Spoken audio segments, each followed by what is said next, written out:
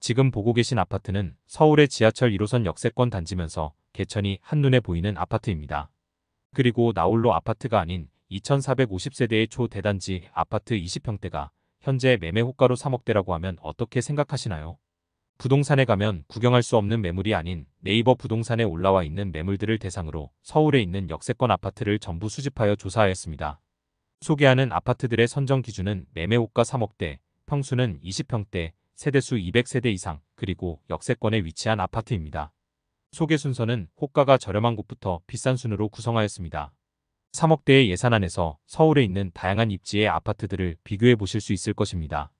서울 아파트에 관심이 있는 분들이라면 영상을 끝까지 시청하시길 바랍니다. 주제가 마음에 드신다면 구독과 좋아요 부탁드립니다. 여러분의 클릭은 영상을 제작하는데 큰 힘이 됩니다. 그럼 바로 시작하겠습니다. 처음으로 소개하는 20평대 역세권 아파트는 도봉구 도봉동에 위치한 서원 아파트입니다. 도봉구는 서울의 동부권에 있는 지역으로 옆에 노원구와 강북구가 인접해 있습니다. 그리고 이 세 개 구를 노도강이라고 부르고 있습니다. 지리적으로 보았을 때 위로 도봉산과 옆으로 북한산이 감싸고 있으며 중랑천을 기준으로 왼쪽에 위치해 있습니다. 교통 측면으로 보면 지하철 1호선과 4호선이 지나고 있습니다. 다시 아파트 소개로 돌아와서 도봉동 서원 아파트는 1996년식, 세대수가 2450세대인 대단지 아파트입니다. 아파트 최고층은 18층입니다. 내부 구조는 이렇습니다. 방 2개, 화장실 1개가 있는 구조입니다. 주변 환경으로는 지하철 1호선 방학역과 1호선 도봉역 사이에 있습니다. 아파트 동호수에 따라 다르겠지만 도보 10분 내외로 이용 가능합니다.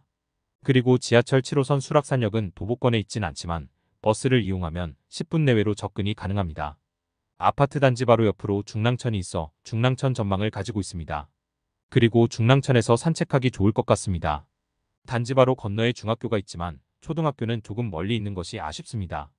서원 아파트 22평이 2021년 10월 최고가 5억 2천만 원에 거래되었습니다. 그리고 데이터 수집일 기준 최근 3개월 평균 거래 가격은 3억 3,270만 원입니다. 최고가 대비 1억 8,730만 원 하락하였습니다. 현재 네이버 부동산에 올라와 있는 호가 매물을 살펴보면 최저 매물인 1층 매물이 3억 1천만 원에 올라와 있습니다. 그리고 18층 매물이 3억 5천만 원에 나와 있네요. 전세 매물은 1억 후반부터 있습니다. 도봉동 서원 아파트가 매매 호가 3억 1천만 원으로 오늘 소개하는 단지 중에 호가가 가장 저렴한 아파트였습니다. 앞으로 나올 단지들은 매매 호가는 올라가지만 오른 가격만큼 입지나 아파트 컨디션이 좋아집니다. 두 번째로 소개하는 역세권 아파트는 구로구 오류동에 위치한 기룬 아파트입니다. 아파트 소개 전에 구로구에 대해 간략히 살펴보면 구로구는 서울 서남부에 위치해 있으며 서울로 진입하기 위한 교통의 중심지입니다. 지하철 1호선과 2호선 그리고 7호선이 지나고 있으며 추가적으로 GTX 비노선이 들어올 예정입니다. 다시 아파트 소개로 돌아와서 기룬 아파트는 1987년식의 세대수 198세대, 최고층이 5층인 저층 아파트입니다. 내부 구조를 살펴보면 방 3개 화장실 1개가 있는 구조입니다. 그리고 현재 기룬 아파트는 재건축을 추진하고 있습니다. 현재는 조합 설립인가 단계까지 진행되었습니다. 주변 입지를 살펴보면 1호선 오류동역까지 도보 6분 거리에 있으며 7호선 천왕역이 도보 13분 거리에 있습니다. 아파트 단지 뒤로 계웅산이 있는 숲세권 아파트입니다. 다만 단지로 올라가는 길이 경사가 있으며 초등학교가 조금 멀리 있습니다. 기룬 아파트 21평이 2022년 10월 4억 5백만 원으로 최고가 거래가 있었습니다. 그리고 최근 3개월 평균 거래 가격이 3억 1,900만 원입니다. 최고가와 비교했을 때 8,600만 원 하락하였습니다. 호가 매물을 보면 현재 3억 2천만 원의 매물이 나와 있습니다. 전세 매물의 경우 1억 3천만 원부터 있습니다. 오류동 기룬 아파트가 호가 3억 2천만 원으로 두 번째 아파트를 차지하였습니다. 세 번째 역세권 아파트는 도봉구 쌍문동에 위치한 경남 아파트입니다.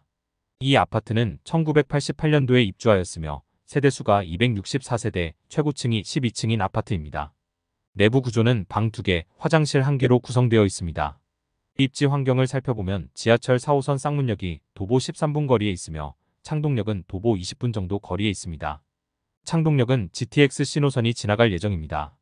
그리고 단지 바로 옆에 초등학교와 중학교가 위치해 있습니다. 또한 아파트 바로 옆에 공원이 조성되어 있어서 산책하기 좋을 것으로 보입니다.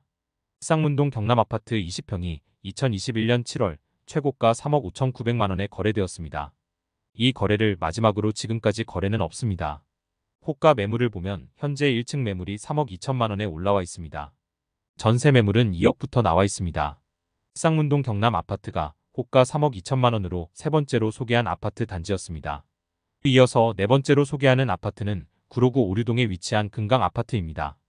이 아파트는 1996년식 247세대, 최고층이 19층입니다. 내부 구조를 살펴보면 방 2개, 화장실 1개가 있습니다. 앞서 소개한 기룬 아파트에서 멀지 않은 곳에 위치한 단지입니다.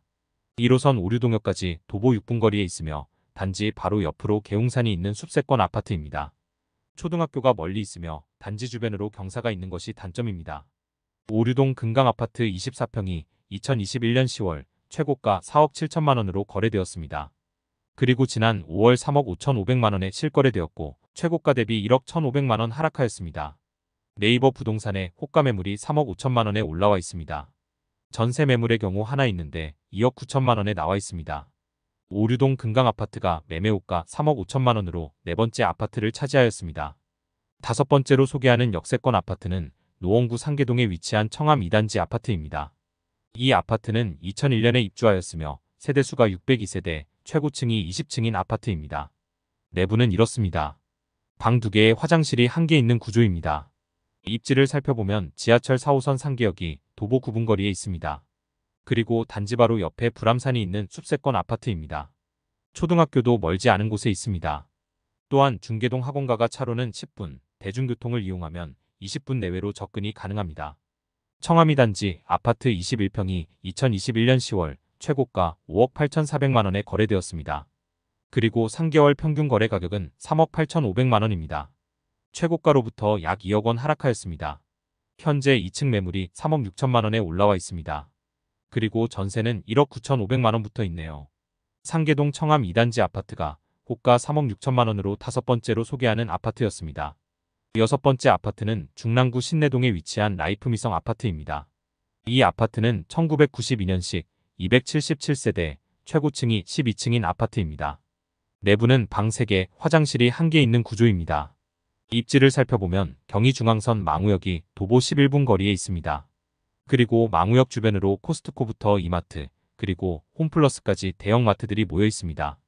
초등학교 역시 단지 바로 옆에 있습니다. 라이프 미성 아파트 24평이 2022년 5월 4억 9천만 원으로 최고가 거래가 있었습니다. 그리고 3개월 평균 거래 가격은 3억 9천만 원입니다. 최고가 대비 1억 하락하였네요. 네이버 부동산에 호가 매물이 3억 6천만 원에 올라와 있습니다. 전세 매물의 경우 현재 나와 있는 매물이 없습니다. 신내동 라이프미성 아파트가 호가 3억 6천만 원으로 여섯 번째 아파트를 차지하였습니다. 다음으로 소개하는 역세권 아파트는 도봉구 쌍문동에 위치한 동익미라벨 아파트입니다. 단지 정보를 보면 1987년식 495세대, 최고층이 15층인 아파트입니다. 내부 구조는 방 2개, 화장실이 1개 있습니다. 주변 환경으로는 4호선 쌍문역이 도보 15분 거리에 있습니다. 그리고 단지 옆으로 공원이 조성되어 있습니다. 초등학교도 단지에 가까운 곳에 위치해 있습니다. 쌍문동 동익미라벨 아파트 27평이 2021년 7월 최고가 4억 7천만 원에 거래되었습니다. 그리고 지난 2월 3억 6,500만 원에 거래되었네요. 최고가와 비교하여 1억 500만 원 하락하였습니다. 아파트 매물을 살펴보면 현재 3억 7천만 원에 올라와 있습니다. 전세 매물은 2억부터 있습니다. 쌍문동 동익미라벨 아파트가 호가 3억 7천만 원으로 7번째 아파트로 소개해드렸습니다. 여덟 번째로 소개하는 단지는 도봉구 방학동에 위치한 하나성원 아파트입니다. 하나성원 아파트는 역세권으로 보기엔 무리가 있는 아파트이지만 우이신설선이 방학역까지 연장 예정이며 단지 가까이로 지하철역이 생길 예정이어서 함께 소개하는 단지로 넣어보았습니다. 이 아파트는 1996년도에 입주하였으며 세대수 336세대, 최고층이 15층인 아파트입니다. 내부 구조를 보면 방 2개, 화장실 1개가 있는 구조입니다. 입지를 살펴보면 주변 지하철을 이용하려면 대중교통을 이용해야 하는데 북한산 우이역은 10분 내외로 이동이 가능하며 방학역은 15분 내외로 접근이 가능합니다.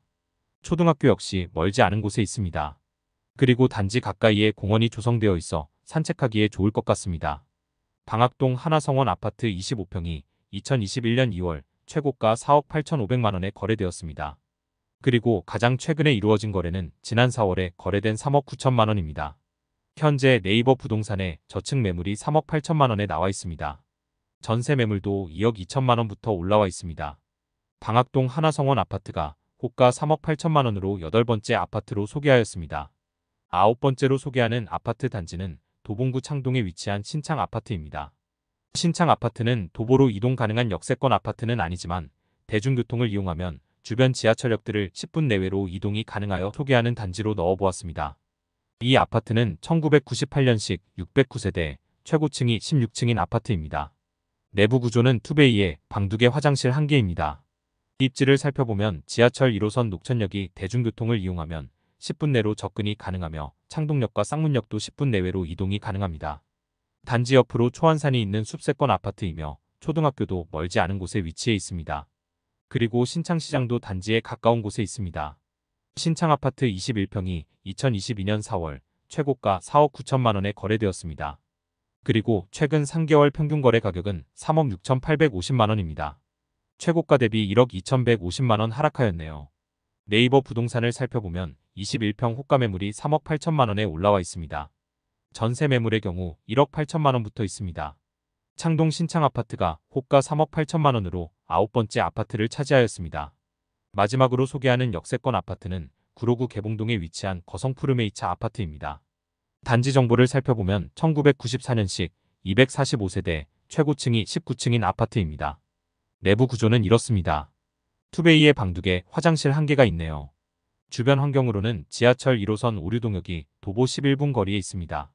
단지 가까운 곳에 초등학교와 공원이 조성되어 있습니다. 다만 단지로 올라오는 길이 경사가 있는 편입니다. 거성 푸르메 2차 아파트 23평이 2022년 1월 5억 500만 원의 최고가 거래가 있었습니다. 그리고 지난 2월 4억 1천만 원에 거래되었습니다. 최고가 대비 9,500만 원 하락하였습니다. 호가 매물을 보면 3억 9천만 원에 나와 있습니다. 전세 매물의 경우 현재는 올라와 있지 않네요. 거성 푸르메 2차 아파트가 호가 3억 9천만 원으로 마지막 10번째 아파트로 소개하였습니다. 이번 영상에서는 서울에서 3억대로 구매 가능한 20평대 역세권 대단지 아파트들을 알아보았습니다. 끝으로 오늘 나온 단지들을 정리한 표입니다. 화면을 캡처해 두시고 서울 20평대 아파트에 관심 있는 분들은 주변 시세를 파악할 때 참고하시길 바랍니다. 앞으로의 부동산 전망은 어떻게 흘러갈까요? 여러분의 의견을 댓글로 남겨주세요. 오늘 영상이 도움이 되셨다면 구독과 좋아요 부탁드립니다.